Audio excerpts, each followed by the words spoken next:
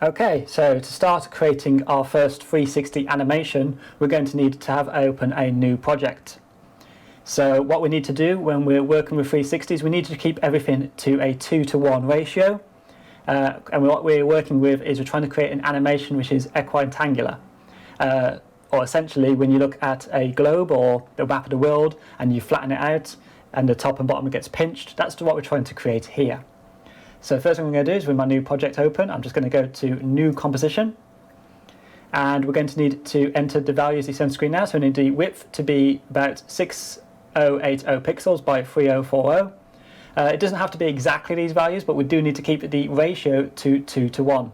So by default, you might want to turn the lock ratio off and enter the values manually. And once we've got a 2:1 ratio with the width being twice the value of our height, we can then click on this and link it.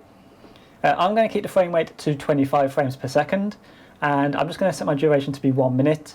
Again, you can play about this as you wish. We can always change these values later on. I'm just going to call my composition animation frame, because this is going to be the kind of core controller for our animation.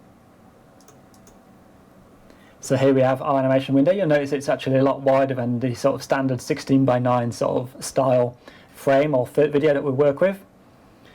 And that's because we're going to have to wrap around, as I sort of said before. So to help with this, I've already created some assets in Photoshop and Illustrator. I'm not going to go through how those was created because they're pretty simple shapes. But again, if you're interested, there may be a video down in the description below that shows you how some of these assets were created.